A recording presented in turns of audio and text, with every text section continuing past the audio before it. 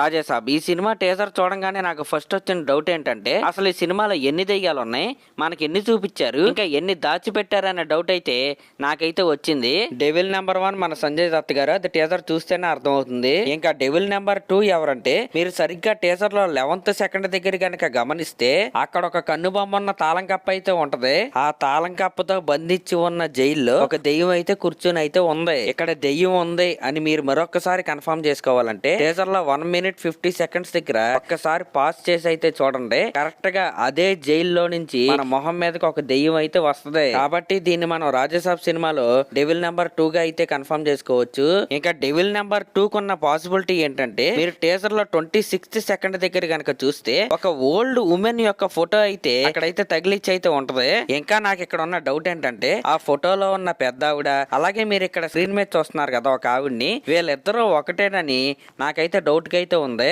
Doubt ఏం అవసరం లేదనమాట, ఆల్మోస్ట్ కన్ఫర్మ్ చేసుకోవచ్చు. ఇంకా డెవిల్ నెంబర్ 3 ఎక్కడ ఉందంటే ఇంకెక్కడ ఉంటది, మన పశుపతి రూమ్ లోనే ఉంటది. ఇంతకీ ఇక్కడికి పశుపతి ఎందుకు వచ్చాడని మీకైతే డౌట్ అయితే రావచ్చు. మీరు టీజర్ లో కరెక్ట్ గా 1 minute 37th సెకండ్ దగ్గర కనుక గమనిస్తే అక్కడ ఒక రూమ్ డోర్ అయితే మీకైతే కనిపించింది. సేమ్ అరుంధతి సినిమాలో సమాధిలో పెట్టి పశుపతిని ఏ విధంగా బంధిస్తారో సేమ్ ఈ రూమ్ ఎంట్రన్స్ కూడా మనకైతే అలాగే కనపడిద్ది. మరి ఎంత సెటప్ ఎంత హడావుడి చేశారంటే మరి ఈ రూమ్ లోపల ఉండేది ఖచ్చితంగా పెద్ద దెయ్యమే అని నేనైతే అనుకుంటున్నాను. ఇంకా డెవిల్ నెంబర్ 4 ఎక్కడ ఉందంటే కరెక్ట్ గా టీజర్ లో 35th సెకండ్ దగ్గర అందంగా ఉన్న అమ్మాయి ఫోటో అయితే ఉంటది. కానీ నెక్స్ట్ సెకండే వైలెంట్ గా ఉన్న దెయ్యం అయితే ఆ ఫోటోలో నుంచి అయితే బయటికి అయితే వచ్చింది. ఈ విధంగా రాజాసాబ్ సినిమాలో 4 దెయ్యాలు ఉన్నాయని మనం అయితే కన్ఫర్మ్ చేసుకోవచ్చు. ఇంక ఈ దెయ్యాల గోల పక్కన పెడితే కొన్ని డీటెయిల్స్ అయితే ఈ టీజర్ లో మనకైతే వీళ్ళైతే ఇచ్చారు. మెయిన్ గా ఈ ముగ్గురు హీరోయిన్లు అలా షాక్ అయ్యి చూస్తున్న సీన్ ఏదైతే ఉందో ఆ సీన్ రేపు థియేటర్స్ లో ప్లే అవుతున్నప్పుడు సౌండ్ బాక్సులు బద్దలైపోతాయని నాకైతే అనిపిస్తుంది. ఎందుకంటే వాళ్ళు చూస్తుంది ఎవరినో కాదనమాట, రాజాసాబ్ గా మారిన ప్రభాస్ గారిని. అసలు ఈ సీన్ కు ముందు జరిగే సీక్వెన్స్ ఎలా ఉంటదని నేను అనుకుంటున్నానంటే ఒక్కసారి ఈ పిక్ అయితే చూడండి. మన కాట్రాజ్ అయితే ఉన్నాడు కదా, వాళ్ళు వేసుకున్న నిక్కర్ అయితే చూడండి, చెడ్డీ గ్యాంగ్ లాగా వీళ్ళైతే చెడ్డీలు వేసుకుని అయితే వచ్చారు. చెడ్డీలు వేసుకుని నూనె రాసుకుని ఎవరైనా ఎందుకు వస్తారు, దొంగతనం చేయడానికి వస్తారు. వాళ్ళు కూడా ఆ రాజుగారి కోటలో ఉన్న రాజుగారి బంగారాన్ని దొంగతనం చేయడానికి అయితే అక్కడికైతే వస్తారు.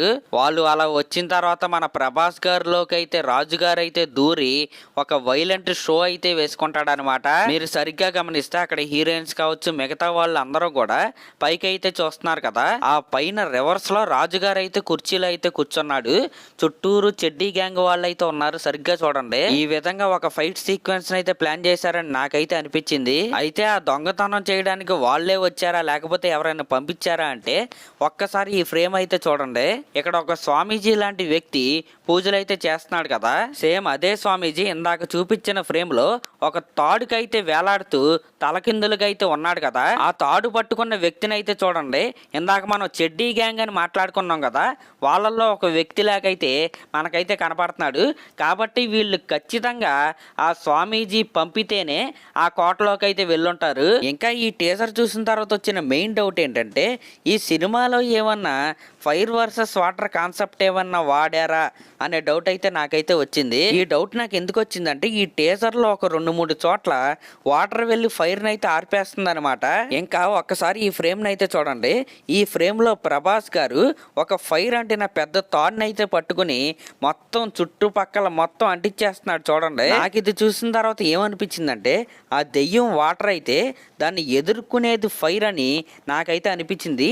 అందుకే ప్రభాస్ గారు ఆ విధంగా మొత్తం ఫైర్ అయితే అంటించి ఆ దెయ్యాన్ని ఎదుర్కొంటాడా అని నాకైతే అనిపించింది. ఇంకా ఇప్పుడు మనకి ఎలాగ ఈ వాటర్ టాపిక్ వచ్చింది కాబట్టి వాటర్లో ముసలైతే ఉంది. ఆ ముసలు వాటర్లో ఉందని నేను ఎందుకు అనుకుంటున్నానంటే చంద్రముఖి సినిమాలో చంద్రముఖి రూమ్లో పాము అయితే ఉంటుంది కదా, ఆ విధంగా చంద్రముఖిని అయితే ఆ పాము అయితే రిప్రజెంట్ అయితే చేస్తుంది.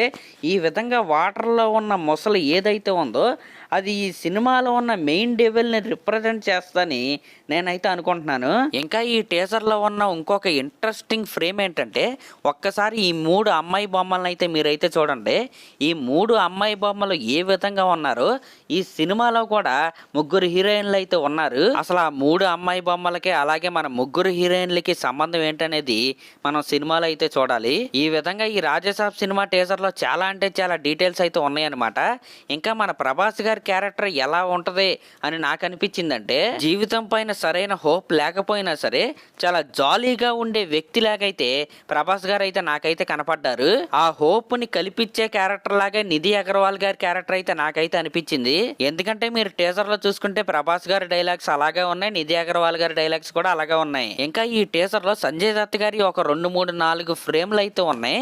ఈ 4 ఫ్రేముల్లో మోస్ట్ ఇంట్రెస్టింగ్ ఫ్రేమ్ ఏంటంటే ఇప్పుడు కనిపించే ఈ ఫ్రేమ్ అనమాట. ఇది అంత ఇంట్రెస్టింగ్ గా నాకు ఎందుకు అనిపించిందంటే, ఈ ఫ్రేమ్ లో సంజయ్ దత్ గారు నగలైతే వేసుకున్నారు. సరిగ్గా గమనించండి, అవి ఆడవాళ్ళ నగలు. టీజర్ స్టార్టింగ్ లోనే ఒక డైలాగ్ అయితే ఉంటది, ఈ ఇల్లు నా దేహం, ఈ సంపద నా ప్రాణం అని. ఇంకా నా తదనంతరం కూడా దీన్ని నేను మాత్రమే అనుభవిస్తానని ఆయన అయితే డైలాగ్ అయితే చెప్పాడు కదా. ఆ డైలాగ్ ఏదైతే ఉందో దానికి జస్టిఫికేషన్ లాగా అయితే నాకైతే ఈ ఫ్రేమ్ అయితే అనిపించింది. ఇంకా దాన్ని బట్టే ఫ్లాష్ బ్యాక్ ఏమైనా ఉంటదా, లేడీ దెయ్యాలను ఏమైనా సంజయ్ దత్ గారు చంపేసి వాళ్ళ నగల్ని కూడా ఆయనే ఉంచేసుకున్నాడా, ఈ విధమైన డౌట్స్ అయితే నాకైతే వచ్చాయి. ఇంకా ఈ టీజర్ లో ఈ ఫ్రేమ్ ఏదైతే ఉందో ఇది చూసిన తర్వాత నాకేమనిపించిందంటే, ఈ సినిమాలో ఎంటర్టైన్మెంట్ తో పాటు ఎమోషన్ కూడా చాలా గట్టిగా ఉండేలాగైతే నాకైతే అనిపించింది. చాలా మందికి ప్రభాస్ గారు అనగానే ఆ ఫైట్స్, ఆ కట్అవుట్ గుర్తొస్తుందేమో కానీ నాకైతే ప్రభాస్ గారి కెరియర్ లో కొన్ని ఎమోషనల్ సీన్స్ అయితే ఉంటాయి. అవే నాకైతే ప్రభాస్ గారు అంటే గుర్తొస్తాయి. సేమ్ అదే రకమైన ఎమోషన్ని ఖచ్చితంగా ఈ సినిమాలో పండించుంటారు అని నాకైతే గట్టి నమ్మకం అయితే వచ్చింది. ఇంకా ఈ టీజర్ లో ట్రైన్ వెళ్తుంటే వెనక నుండి గుర్రం వేసుకుని వస్తున్న ఒక రాజుగారి ఫ్రేమ్ అయితే ఒకటైతే ఉంది. మరి ఆ రాజుగారు ఎవరో, అసలు ఆయనకి కోటకి సంబంధం ఏంటి అనేది మనం సినిమాలో అయితే చూడాలి. ఇంకా ఈ సినిమాలో సముద్రగని గారి క్యారెక్టర్ ఏమిటి, ఆయనకి సంజయ్ దత్ గారికి సంబంధం ఏమిటి, ఈ విధమైన డౌట్స్ అయితే చాలా అంటే చాలా ఉన్నాయన్నమాట. మనం ఇప్పటికే చాలా ఎక్కువగా అయితే డిస్కస్ చేసుకున్నాం. సారీ, ఇంకొక ఫ్రేమ్ గురించి అయితే మనం అయితే మాట్లాడుకోవాలి. అదేంటంటే, ప్రభాస్ గారి లెగ్ ఒక చోట అయితే ఉంది.